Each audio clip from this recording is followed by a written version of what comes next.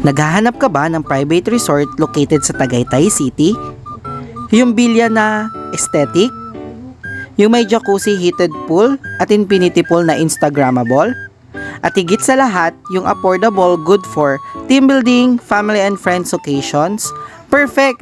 Dahil for today's video nga ay mag-staycation tayo dito sa Villa Monstera, located at Barangay Francisco, Tagaytay City.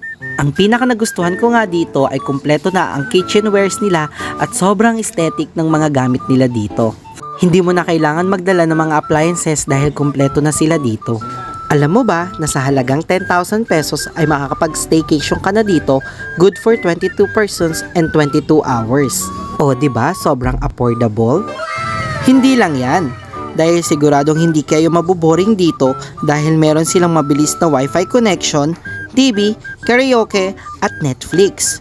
Kung sakaling magsawa naman kayo sa mga gadgets nyo, ay meron din silang board games dito na magpapa-level up ng bonding moments nyo.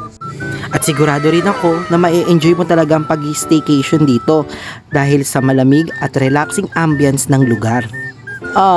Tagaytay feels. Sobrang ma-enjoy mo ang lahat ng gamit nila dito. Huwag mo nga lang iuuwi dahil binibilang nila bago kayo umalis. At syempre, huwag nating kalimutang sumunod sa rules and regulation nila. Dahil nga, basag mo, bayad mo. Yun lang, see you next video. Bye-bye!